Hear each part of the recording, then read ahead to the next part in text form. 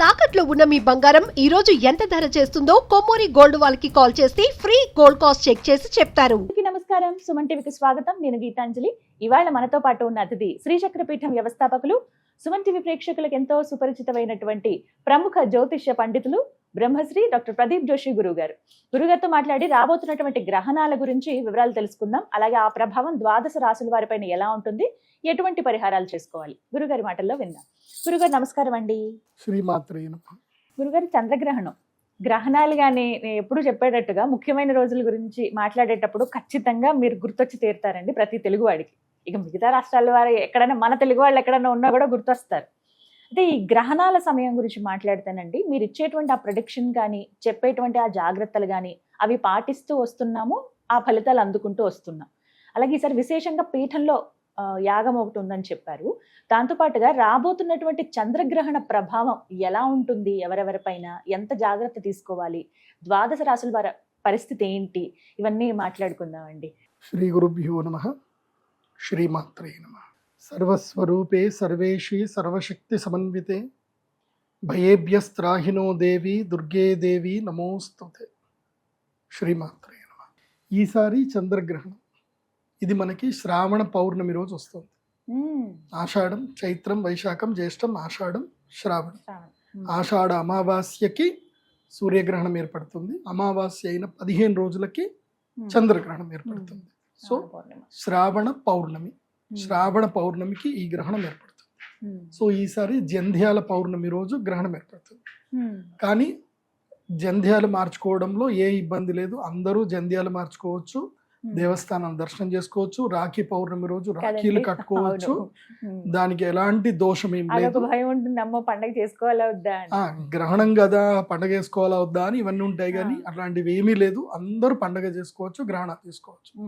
కాకపోతే ఒక్క నియమం ఏదైతుందో, ఈ గ్రహణం రోజున పొట్లకాయ తినకూడదు, గుమ్మడికాయ పగలగొట్టద్దు. అదే విధంగా సేమియా పాయసాలు, అంటే ఈ మనకు నాగుల పంచమి రోజు కొన్ని నియమాలు పెట్టుకుంటాం కదా, పాముల ఆకారంలో ఉన్న ఏవి తినొద్దు అంటాం కదా, సేమ్ అట్లాగే ఈ శ్రావణ పౌర్ణమి రోజు మాత్రం అవి చేయకూడదు. అంతకుమించి ఇంకేం లేదు. చక్కగా అందరూ దేవస్థానాలకు వెళ్ళండి, దైవ దర్శనాలు చేసుకోండి, జంధ్యాలు వేసుకోండి. ఎందుకోసమంటే ఈ గ్రహణము మనకు కనిపించట్లేదు, ఇది విదేశాల్లో కనిపిస్తుంది. సో విదేశాలకి ఈ గ్రహణం వల్ల చాలా క్లిష్టమైన పరిస్థితులు ఉంటాయి. మేబీ యుద్ధం చాలా తీవ్రతరంగా వెళ్ళిపోయే అవకాశం కూడా ఉండే అవకాశం ఉంది. సో ఏదైనా భయంకరమైనది అయితే జరగవచ్చు. ఎందుకోసం అంటే శతభిష నక్షత్రంలో గ్రహణం జరుగుతుంది. చంద్రుడు శతభిష నక్షత్రంలో ఉన్నప్పుడు గ్రహణం రాకూడదు. శతభిషం అంటే అర్థం ఏంది? శత అంటే 100, బిషక్ అంటే వైద్యుడు అని అర్థం. సో వైద్య నక్షత్రం అంటారు, శతభిషక్ అంటారు. అంటే 100 నక్షత్రాల యొక్క కలయిక ఎక్కడైతే ఉంటుందో అక్కడ గ్రహణం ఏర్పడుతుంది. అక్కడ గ్రహణం ఏర్పడకూడదు వాస్తవం. అక్కడ గ్రహణం ఏర్పడితే జల యుద్ధాలు జరుగుతాయి. ఈ సముద్రంలో జరిగే యుద్ధాలు ఉన్నాయి కదా, ఆ యుద్ధాలు ఎక్కువగా జరుగుతుంది. మనం ఈ పరాభవన సంవత్సరం చెప్పుకునేటప్పుడు వాటర్ లిక్విడ్ ఎలిమెంట్, ద్రవ పదార్థాల గురించి యుద్ధం జరుగుతుందని చెప్పాం కదా. సో ఇప్పుడు ఆయిల్ అయినా అదే, గ్యాస్ అయినా అదే, మొత్తం అదే. సో ఈ యుద్ధం ఇంకా తీవ్రతరం కాబోతుంది. బట్ పెరుగుట విరుగుట కొరకే అన్నట్టు. ఈ గ్రహణం తర్వాత మేబీ యుద్ధం కాస్త ఇదైపోతుంది. ఎందుకోసమంటే ఇంకా ఏదో ఫైనల్ బ్యాటిల్ ఏదైతే జరగబోతుంది, కాకపోతే అది ఏం జరుగుతుందో తెలియదు. ఎందుకోసమంటే చంద్రుడు శతభిష నక్షత్రంలో రాహుగ్రస్త చంద్రగ్రహణం జరిగితే రాహువు చంద్రుడికి శత్రు. కాబట్టి రాహు చంద్రుని యొక్క కలయిక, అది రాహు నక్షత్రం. మళ్ళీ శతభిష నక్షత్రం ఎవరిది కాదు, రాహు యొక్క సొంత నక్షత్రం. పోనీ ఆ రాశి ఎవరిది అని అంటే అది కూడా శనిగ్రహం యొక్క రాశి. సో శని రాశి కాబట్టి శని కూడా పక్కనే ఉన్నాడు, గురు రాశిలో శని ఉన్నాడు. శని గురుగ్రహం యొక్క రాశిలోకి వెళితే సంపదను మొత్తం కొల్లగొడతాడు, తీవ్రతరం చేస్తాడు. ఇప్పుడు ఇన్ఫ్లేషన్ వస్తుంది దానివల్ల, ఆయిల్ రేట్లు పెరుగుతున్నాయి దానివల్ల. గురుగ్రహానికి బలం వచ్చినా కానీ శని గురు బలాన్ని కిందికి నూకేస్తున్నాడు. గురువు స్వక్షేత్రంలో ఉచ్చస్థానంలో వచ్చినా కానీ ధరలు పెరగని, అంటే బంగారం ధరలు పెరగనివ్వట్లేదు, ఏది కానివ్వట్లే. ఇన్ఫ్లేషన్ అంటే కరువు తీసుకొస్తున్నాడు. అంటే ఆయిల్కి, ఖనిజాలకు, వాటికి ధరలు పెరిగిపోతున్నాయి. ఇబ్బందులు. సో దీనివల్ల ఏం జరుగుతుందంటే మనకి ఇన్ఫ్లేషన్ రాబోతుంది. ఆర్బీఐ కూడా అదే చెప్తుంది. సో ఆ ఇన్ఫ్లేషన్ ప్రభావం మనకి ఇంకా కనబడుతుంది, మెల్లిగా కనిపిస్తుంది. ఎందుకోసం అంటే నిన్న నేను టాబ్లెట్లు కొనడానికి వెళితే ప్రతిసారి కొనే టాబ్లెట్ 80 రూపాయలు ఉండేది, నిన్న కొంటే 170 రూపాయలు అయిపోయింది. డబుల్ అయిపోయింది టాబ్లెట్. ఏం దెబ్బ డబుల్ అయిపోయింది అని అంటే సార్ రేట్లు పెరిగిపోయినాయి సార్ అన్న. సో ఒక్కొక్క దగ్గర అంటే అన్ని ఇండస్ట్రీలో స్టార్ట్ అవ్వదు, ఒక్కొక్క ఇండస్ట్రీలో ఒక్కొక్క మెల్లిమెల్లిగా కనిపిస్తుంది అనమాట. మీరు ఇప్పుడు ఇడ్లీలు తింటా ఉంటారు, ప్లేట్ 40 రూపాయలు ఉండే ఇడ్లీ రేపటి రోజున మీకు 60 రూపాయలు అయిపోతుంది. మీరు అడగాల్సిన అవసరం లేదు, గ్యాస్ రేట్లు పెరిగిపోయినాయండి అని చెప్తారు. సో అన్ని రేట్లు పెరిగిపోయినాయని చెప్తారు. ఇంకా అదే జరుగుతుంది. కాకపోతే ఇక్కడ నేను నా జ్యోతిష్ శాస్త్రంలో నేను రీసెర్చ్ చేసింది అర్థమైందనంటే మళ్ళీ బయోవార్ లాంటిది ఏదైనా రాబోతుంది. బయోవార్ హెల్త్కి సంబంధించి ఎందుకోసం అంటే వెపన్ తోటి చేసే దానికన్నా బయోవారి ఎక్కువగా దెబ్బతీస్తుంది. కాబట్టి బయోవార్ అయితే రాబోతుంది. అది భారతదేశం మీద చాలా కీలకంగా రాబోతుంది అనేది మాత్రం తెలుస్తుంది. సో అది చైనాకి భారతదేశానికి విపత్ బయోవార్. అది ఎలా రాబోతుంది, ఎప్పుడు వస్తుంది, ఎట్లా వస్తుంది అనేది మాత్రం తెలియదు, కానీ దెర్ ఇస్ ఎ బయోవార్. నేను అందుకే చెప్తున్నాను, ఇప్పటి నుంచి మీ పిల్లలకు కానీ మీరు కానీ మీరందరూ కూడా కోవిడ్ టైంలో మనం ఎలా ఉన్నామో ఇప్పుడు కూడా అలాగే ఉండండి. ప్రభుత్వాలు ఏవి చెప్పకన్నా మునిపే అలాగే ఉండండి. నేను మొన్న ఈ మధ్య కీరవాణి గారిది ఒక వీడియో చూసా, షేక్ హ్యాండ్ వీడియో అని ఒకటి చూసా. సో మీరు కూడా ఆ వీడియో యూట్యూబ్లో వెతకండి, కీరవాణి గారు షేక్ హ్యాండ్ వీడియోను వెతకండి. సో ఆ వీడియో చూసిన తర్వాత ఇంకెవ్వరూ షేక్ హ్యాండ్ ఇవ్వరు, అందరికీ నమస్కారం పెడతారు. సో మీరు కూడా ఎవరికి షేక్ హ్యాండ్లు ఇవ్వకండి, మోమాటాలకు వెళ్ళి షేక్ హ్యాండ్లు ఇవ్వడాలు, హగ్గులు చేసుకోవడాలు చేయకండి. దూరంగా ఉండి నమస్కారం పెట్టండి, అది మన సంస్కారము. అక్కడి వరకే మీ ఆరోగ్యానికి అది శ్రీకారం, లేదనంటే ఇంకా బలాత్కారం ఇంకా. కాబట్టి నమస్కారాలు పెట్టండి, దూరంగా ఉండండి, ఎక్కడ పడితే అక్కడ ఆహార పదార్థాలు తినకండి. నేను లాస్ట్ టైం కూడా ఇదే చెప్పాను, పరాభవన సంవత్సరం ఉగాది పంచాంగ శ్రవణం చెప్పాను. దాని యొక్క ఇంప్లిమెంటేషన్ ఆగస్టు 28 తర్వాత వస్తుంది. ఈ గ్రహణం జరగగానే అక్కడి నుంచి స్టార్ట్ అవుతుంది. ఎన్నాళ్ళ వరకు ఈ ప్రభావం ఉంటుందండి? 2 నెలల వరకు ఉంటుంది. అబ్బో, మళ్ళీ దసరా వరకు ఉంటుంది. అంటే భాద్రపద మాసము వరకు ఉంటుంది. ముఖ్యంగా ఏంటంటే ఈసారి వినాయక నవరాత్రుల్లో చాలా జాగ్రత్తలు పాటించండి. వినాయక నవరాత్రుల్లో మనకు కొన్ని తీవ్రతమైన ఘటనలు జరిగే అవకాశం ఉంటుంది. కాబట్టి వినాయక నవరాత్రులు ప్రతి ఒక్కళ్ళు ఒక పోలీస్ ఆఫీసర్ లాగా ఫీల్ అవుతూ, మీరు దేశాన్ని మీరే రక్షిస్తున్న ఫీల్ అవుతూ మీరు వర్క్ చేసుకోండి. చాలా కాన్షియస్గా ఉండండి. అందరు కూడా దేశాన్ని మీరు కాపాడాలి, మీ చుట్టుపక్కల వాళ్ళందరినీ కాపాడాలి, మీ చుట్టుపక్కల పరిసరాలు అన్నింటిలో కూడా ఒక డేగ కన్ను వేసి ఉంచండి, దేనికైనా మంచిది. ఇప్పుడైతే భారతదేశానికి ఉగ్రవాదుల యొక్క ప్రభావం ఎక్కువగా ఉంది. కాబట్టి ఉగ్రవాదుల నుంచి మన దేశాన్ని మనమే కాపాడుకోవాలి. సైనికులే కాపాడాలనో పోలీసులే కాపాడాలనో రూల్ ఏం లేదు. ప్రతి ఒక్క భారతీయుడు ఒక సైనికుడే. మన దేశాన్ని మనమే కాపాడుకోవాలి. మన చుట్టుపక్కల పరిస్థితులు మనం దేకంతో చూసి మనం కాపాడుకోవాలి. కాబట్టి అదొకటి. ఎందుకోసం అంటే దీని ప్రభావము భవిష్యత్తులో ఆరోగ్యం మీద చూపిస్తుంది, నీటి మీద చూపిస్తుంది, నీళ్ల మీద, ద్రవ పదార్థాల మీద ఈ ప్రభావం ఎక్కువగా ఉంటుంది. కాబట్టి ఈ విషయంలో అప్రమత్తంగా ఉండండి. గ్రహణం ఎక్కడో వేరే దేశంలో యుద్ధం జరిగితే మనకేం వస్తుంది అనుకున్నాం, కానీ ఇప్పుడు చూడండి అక్కడెక్కడో ఇరాన్కి ఇజ్రాయెల్కి మధ్యలో యుద్ధం జరిగి ఆ చిన్న సందు ఒకటి మూసేస్తే మన దగ్గర ఆయిల్ రేట్లు పెరిగిపోయాయి, డాలర్ రేటు పెరిగిపోయింది. ఎంత దారుణమైన పరిస్థితి. ఓ చిన్న సందు, ఒక వంక సందు, దేనికి పనికిరాని సందు అనుకున్నాం, అది ఇప్పుడు పెద్ద తలనొప్పై కూర్చుంది. నిజంగా మన భారతదేశానికి వాజ్పేయి గారు అప్పట్లో జరిగిన ఆయిల్ దానికి మన భారతదేశంలో కనుక రిజర్వ్స్ కనుక క్రియేట్ చేసి ఉండకపోతే ఇవాళ మన పరిస్థితి దారుణంగా ఉంటుండే. ఇవాళ మన భారతదేశంలో ప్రతి ఒక్కరు కూడా గౌరవ ప్రధానమంత్రి, మాజీ ప్రధానమంత్రి శ్రీ వాజ్పేయి గారికి మనం అందరం కూడా థ్యాంక్స్ చెప్పుకోవాలి, మనం మనస్ఫూర్తిగా థ్యాంక్స్ చెప్పుకోవాలి. ఆయన అప్పుడు కనుక ఈ ఇనిషియేట్ చేసి ఉండకపోతే, ఆయన మనకి న్యూక్లియర్ వెపన్ ఆయనే ఇప్పించారు, అబ్దుల్ కలాం గారు వాళ్ళు కలిసి మనకి న్యూక్లియర్ వెపన్ ఇచ్చారు, అట్లాగే ఆయిల్ రిజర్వ్స్ ఇచ్చారు. సో మనం వాళ్ళకి ఎప్పుడు మనం థ్యాంక్స్ చెప్పుకోవాలి. అలాంటి గొప్ప గొప్ప నాయకులు ఎవరైనా ఏదైనా నిర్ణయం తీసుకుంటే వాళ్ళకి సపోర్ట్ చేయాలి. అందుకే ఇప్పుడైతే ఆరోగ్యం పట్ల అప్రమత్తంగా ఉండండి. ఈ చంద్రగ్రహణం ప్రభావం వల్ల అయితే బయట ఎక్కడ తినకండి అని చెప్తాను. ఎంత కష్టమైనా ఇంట్లోనే అన్నం చేసుకొని కారం అన్నమైనా తినండి, కానీ బయట ఎక్కడ తినకండి, రోగాలు వస్తున్నాయి. తెచ్చుకోవద్దు. ఇక ఇంతకీ సమయం ఎప్పుడు గురువు గారు? ఈ గ్రహణం 28వ తారీఖు మన భారతదేశ కాలమాన ప్రకారము మార్నింగ్ 6:50 6:50 నుంచి మధ్యాహ్నం 12:51 అంటే 1 గంటల వరకు అనుకోండి. అంటే 7 గంటల నుంచి 1 గంట వరకు మొత్తం ఆద్యంత పుణ్యకాలం 6 గంటల కాలం ఈ గ్రహణం ఉంటుంది. ఇది మన భారతదేశంలో అయితే కనబడదు. కాకపోతే గర్భిణీ స్త్రీలు అయితే ఎక్కడికి బయటకు వెళ్ళకండి, ఇంట్లోనే ఉండండి. నేను చెప్పాను కదా, గర్భిణీ స్త్రీలకి 3 దశలు ఉంటాయి. ఒకటి ప్రాథమిక, మాధ్యమిక, తర్వాత ఇంకోటి పీక్ ఉత్తమ ఉంటుంది. ప్రాథమిక దశ అంటే కన్సీవ్ అయినప్పటి నుంచి 3 నెలల వరకు పెద్దగా గ్రహణ వేద ఏం పడదు. 4వ నెల నుంచి 6వ నెల వరకు మధ్యమ దశ. ఇక్కడ కూడా కొంచెమే ప్రభావం ఉంటుంది తప్ప ఎక్కువ ప్రభావం ఉండదు. కానీ 7, 8, 9 ఏదైతే నెలలు ఉంటాయో ఆ గర్భిణీ స్త్రీ చాలా జాగ్రత్తగా ఉండాలి. గ్రహణం సమయంలో అనవసరమైన బయటకు వెళ్ళడాలు, ఎక్కడికి చేయడాలు, ఏది పడితే తినడాలు చేయకండి. సో ఏవైతే ఉడకబెట్టినటువంటి ఆహార పదార్థాలు, ముఖ్యంగా పాల పదార్థాలు, పెరుగు, ఇవి తినకూడదు గ్రహణ సమయంలో. జాగ్రత్తగా ఉండండి. ఆల్రెడీ చాలాసార్లు గ్రహణం వీడియో చేశాను, కానీ మళ్ళీ చెప్తున్నాను. చక్కగా వనమాలి గదీశాంకి శంఖీ చక్రీ చనందకి శ్రీమాన్ నారాయణో విష్ణుర్ వాసుదేవోభిరక్షతు.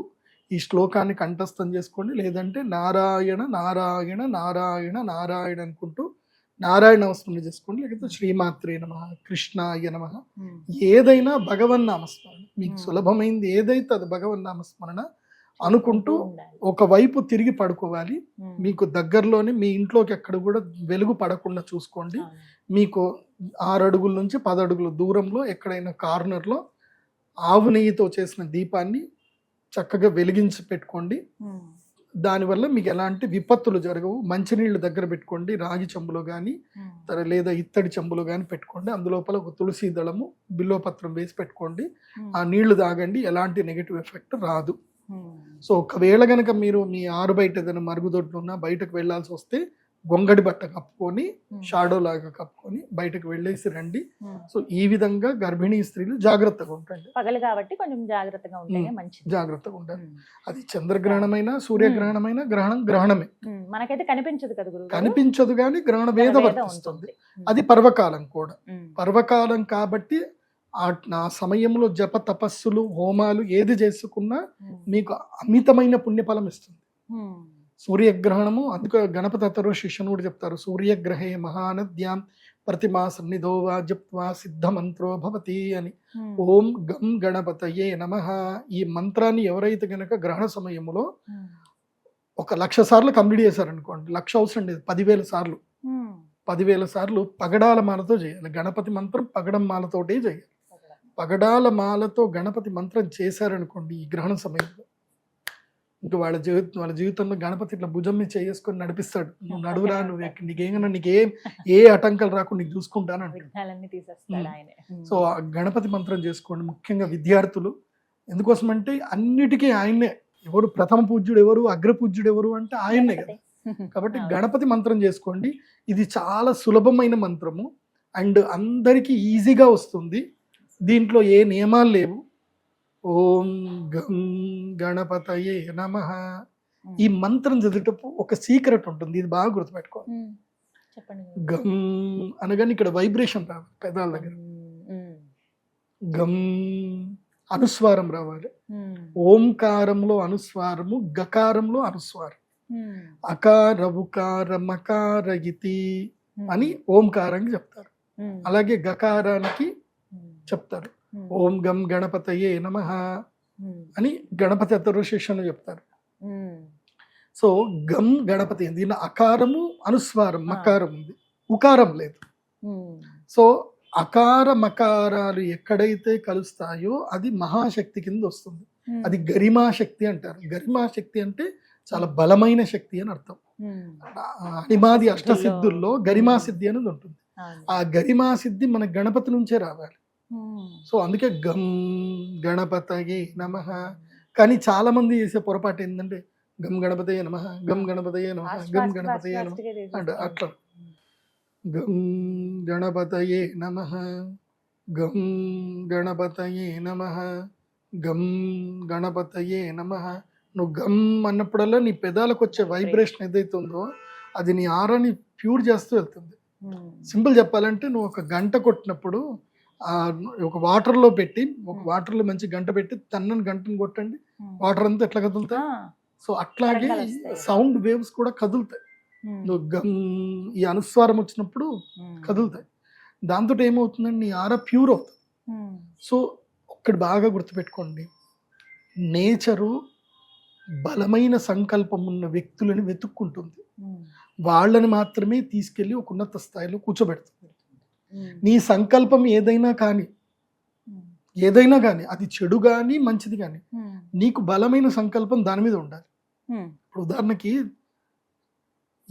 ఇదే బ్రహ్మదేవుడు, ఇదే శివుడే కదా మనకు వరాలు ఇచ్చింది. ఎవరికి? మహిషాసురుడికి వరాలు ఇచ్చింది ఎవరు? బ్రహ్మదేవుడే కదా.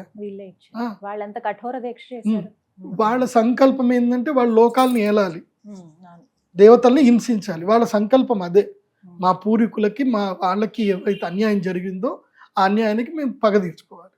అందుకే రాజకీయాల్లో చూసిన బుద్ధి లేని వాళ్ళని కూడా భగవంతుడు సీఎం చేసి కూర్చోబెడతాడు, బుద్ధి ఉన్న వాడిని కూడా సీఎం చేసి కూర్చోబెడతాడు. ఎందుకు పనికి మాలిన వాడు కూడా సీఎం అవుతాడు. ఎందుకు అవుతాడు అని చాలా మంది తెలియదు. వీడు ఎట్లా సీఎం అయినరా అని నెత్తుకొక్కుంటారు అందరూ. వీడికి కనీసం ఏం తెలీదు, ఇట్లాంటి వాడు ఎట్లా సీఎం అయ్యాడరా అని అందరూ నెత్తుకొట్టుకుంటారు. ఇందుకోసం అంటే పెద్ద పెద్ద కలెక్టర్లు, పెద్ద పెద్ద మేధావులు అందరూ కూడా వాడి ముందు తలదించాల్సి వస్తుంది. నాకు అర్థమైంది ఏంటంటే, అంటే నేను కూడా ప్రశ్న వేసుకుంటాను కదా, ఎందుకు పనికి మాలినోడిని భగవంతుడు ఈ స్థాయిలో ఎందుకు ఉంచిండు అని అంటే వాడి సంకల్ప బలం గొప్పది. వాడికి నేను సీఎం అవ్వాలని వాడికి సంకల్పం ఉంది. వాడికి తెలివి లేదు, ఏమీ లేదు, కానీ వాడికి సంకల్పం ఉంది, నేను సీఎం అవ్వాలి అని అనుకుంటే అయిపోయాడు వాడు. తర్వాత వాడు ఏం చేస్తున్నాడా అనేది అది ప్రకృతికే వదిలేస్తాను తప్ప ఇంకేం లేదు. అందుకే నేనేం చెప్తున్నా అంటే, మీరేం అవ్వాలనుకుంటున్నారు అనేది మీరు క్లారిటీగా అనుకొని ఇంకా దానికి స్టిక్ అయి ఉండాలి. ఇంకా జరగొద్దు, ఇంకా కాదేమో. దానికి మా పతంజలి యోగ సూత్రంలో ఒకటి చెప్తారు, వ్యాధి స్థాన సంశయ ప్రయోజన ఆలస్య అవిరతి భ్రాంతి దర్శన అలబ్ధ భూమికత్వ చిత్త విక్షేపాస్తే నవాంతరాయ అని 9 అంతరాయాలు వస్తాయి మీకు. నేను మళ్ళీ మనం డిస్కషన్లో సంకల్పం అంటే ఏంది, సంకల్పానికి మనని దూరం పంపించేటి ఏంది అనేది కూడా ఒక వీడియో చేద్దాం, మీరు ఫాలో అవ్వండి, అది కూడా చెప్తాను. సో ఇవి మనల్ని దూరం చేస్తాయి సంకల్పానికి. ఆ దూరం అవ్వకుండా నిలబడాలి. అలా నిలబడ్డోడే గొప్ప స్థాయికి వస్తాడు. గొప్ప స్థాయికి ఎలా వస్తాడు అంటే, నీ సంకల్పం మీద నువ్వు బలవంతంగా నువ్వు భయంకరంగా కష్టపడుతున్నావు అనుకో, నేచర్ నేను అబ్జర్వేషన్ చేస్తుంది, నీకు పరీక్షలు పెడుతుంది. నువ్వు అన్నీ నెగ్గావు అనుకో, తీసుకెళ్ళి నేను అడుగు కూర్చోబెడుతుంది. అది నువ్వు ఎవడివైనా సరే, నువ్వు ఎందుకు పనికిరాని కోన్కిస్కావైనా సరే, నేను తీసుకొచ్చి అక్కడ కూర్చోబెడుతుంది. నేను ఎంతోమంది చూసిన కౌన్సిలర్ స్థాయిలో ఉన్నటువంటి వ్యక్తిని ఇప్పుడు పిఎం చేసింది సంకల్పం. ఎవరెవరు అందరూ చూడండి. ఇప్పుడు మన గౌరవ ముఖ్యమంత్రి రేవంత్ రెడ్డి గారు చూసుకోండి, ఆయన ఒక మామూలు స్థాయి నుంచి ఇంత స్థాయికి వచ్చి ఒక స్థాయిలో సీఎం ఎదిగారు అంటే ఎంత గొప్ప స్థాయి అనేది. ఆయన అంటే సీఎం గారి కొడుకు కాబట్టి, జగన్మోహన్ రెడ్డి కాబట్టి, ఆల్రెడీ వైఎస్ఆర్ కొడుకు కాబట్టి ఆయన అభిమానం ఈయనకు వచ్చింది అనుకుంటాం. కానీ ఆయన శక్తి కూడా ఉంది. కానీ ఒక్కొక్కళ్ళు నేను చూస్తున్నా కదా, చాలా మందిని, వాజ్పేయి గారు చూసుకున్నా, నరేంద్ర మోదీ గారు చూస్తున్నా, కొంతమంది రాజకీయ నాయకులను చూస్తున్నాం కదా, వాళ్ళు ఎంతో కష్టపడి సంకల్పం మీద స్టిక్ అయి ఉన్నారు, ఎటు డైవర్ట్ కాల.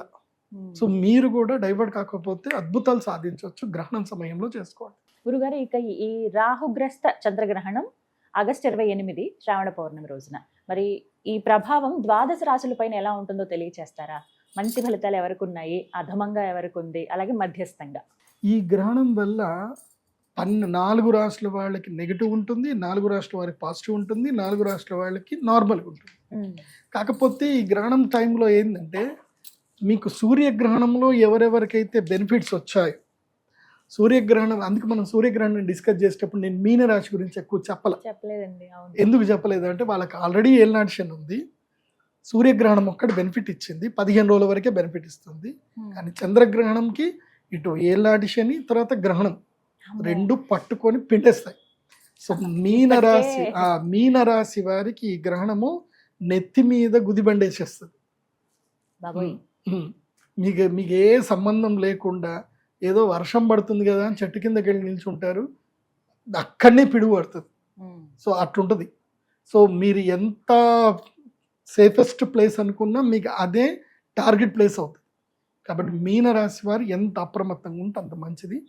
ఈ గ్రహణము కుంభరాశిలో ఏర్పడుతుంది కాబట్టి ద్వాదశ స్థానములో కుంభరాశికి మీనరాశిలో జరుగుతుందంటే మీనరాశి కుంభరాశి ద్వాదశ స్థానము. కాబట్టి తన ద్వాదశ స్థానంలో గ్రహణం జరుగుతుంటే అనవసరమైన ఖర్చులు అవుతాయి. మోసగాళ్ళు మీ ఇంటికి వస్తారు, మోసం చేస్తారు. ఈ మధ్య చాలా మంది మోసాలు నేను చూస్తున్నాను. మనకి ఆ వీడియో కూడా ఒకటి చేయాలి. ఎట్లా అంటే వీళ్ళు దరిద్రులు వస్తారు, మీకు మా దగ్గర రైస్ పుల్లింగ్ ఉందండి, మా దగ్గర రేర్ ఎర్త్ మెటీరియల్ ఉందండి, మా దగ్గర యాంటీ మ్యాటర్ ఉందండి అని చెప్పి వచ్చి మీకు 5,000 కోట్లు ఇస్తాం, 10,000 కోట్లు ఇస్తామని చెప్తారు. ఏదో వాడిది ఏదో ఆస్తులు ఉన్నట్టు చేసినట్టు. మీరు 1,00,000 రూపాయలు ఇస్తే 1,00,000కి 100 కోట్లు ఇస్తామండి, మీరు 10 లక్షలు ఇస్తే మీకు 1000 కోట్లు వస్తాయి అని చెప్పేసి అని వాళ్ళు ఏదో దిక్కుమాల అగ్రిమెంట్ చేసి ఇస్తారు వీళ్ళకి. అవి ఎందుకు పని చేయవు. సో మోసపోతారు. అందులోపల కొంతమంది పేర్లు కూడా చెప్తాను. ఎందుకోసమండి, ఈ మధ్య నాకు ఒక పోలీస్ ఆఫీసర్ పరిచయం అయ్యారు, ఆయన చూపించారు ఇట్లాంటి కేసులు కూడా ఉంటాయండి అని చెప్పి. సో మురళీధరుడు అని ఒక పేరు, వాడు మోసం చేస్తున్నాడు.